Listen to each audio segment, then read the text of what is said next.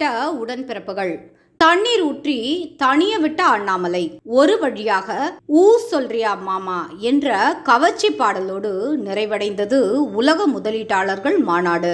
அந்த பாடல் ஒலிக்க ஆரம்பித்ததும் அரங்கில் இருந்தவர்களுக்கு இது உலக முதலீட்டாளர்கள் மாநாடா இல்ல பாச தலைவனுக்கு பாராட்டு விழாவா என்ற குழப்பம் ஏற்பட்டதனமோ உண்மை.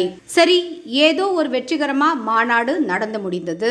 ஸ்டாலினும் கோட் சூட்டெல்லாம் போட்டு கெத்தாக அமர்ந்திருந்தார் என்று கடந்து போகாமல் 6 லட்சம் கோடி முதலீட்டை ஸ்டாலின் ஒற்றையாளாக ஈர்த்திருக்கிறார் என்று தேவையில்லாம ஃபயர் விட்டு கொண்டிருந்தாங்க உடன்பிறப்புகள்.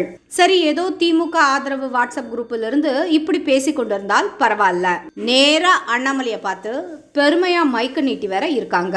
பொதுவாகவே கில்லி என சொல்லி அடிக்கும் அண்ணாமலை புள்ளி விவர கணக்குகளோடு இவர்களை வெளுத்து வாங்க தொடங்கிட்டாரு. எதற்கெடுத்தாலும் நீங்க நக்கல் அடிக்கும் உத்தரப்பிரதேசம் 33 லட்சம் கோடி முதலீட்டை ஈர்த்திருக்கு என்று அண்ணாமலை கூறியதும் அங்கே குழுமி இருந்த உடன்பிறப்புகள் முகத்துல ஈ ஆடல. அதாவது தமிழகத்தை விட 5 மடங்கு அதிக முதலீட்டை எடுத்து உத்தரப்பிரதேசமே தன்னடக்கத்தோடு இருக்கும்போது வெறும் 6 லட்சம் கோடி முதலீட்டை ஈர்த்ததுக்கு இப்படி ஆடுறோமே என்று திருவென விழித்து கொண்டிருந்தாங்க. ஒரு அடியோடு என்றாவது அண்ணாமலை நிறுத்தி இருக்காரா? பக்கத்து மாநில கர்நாடகத்தையும் அவர் உதாரணத்துக்கு எடுத்துக்கிட்டாரு. அதுவும் காங்கிரஸ் ஆட்சி செய்யும் போதே அங்கே 9 லட்சம் கோடிக்கு முதலீடு செய்ய முதலீட்டாளர்கள் முன் வந்திருக்காங்க. ஏதோ உலகத்துக்கே வழிகாட்டும் திராவிட மாடல் என்று தம்பட்டம் அடித்து கொண்டிருக்கும் மாநிலத்திற்கு வெறும் 6 லட்சம் கோடி தான் முதலீடு கிடைச்சிருக்கு.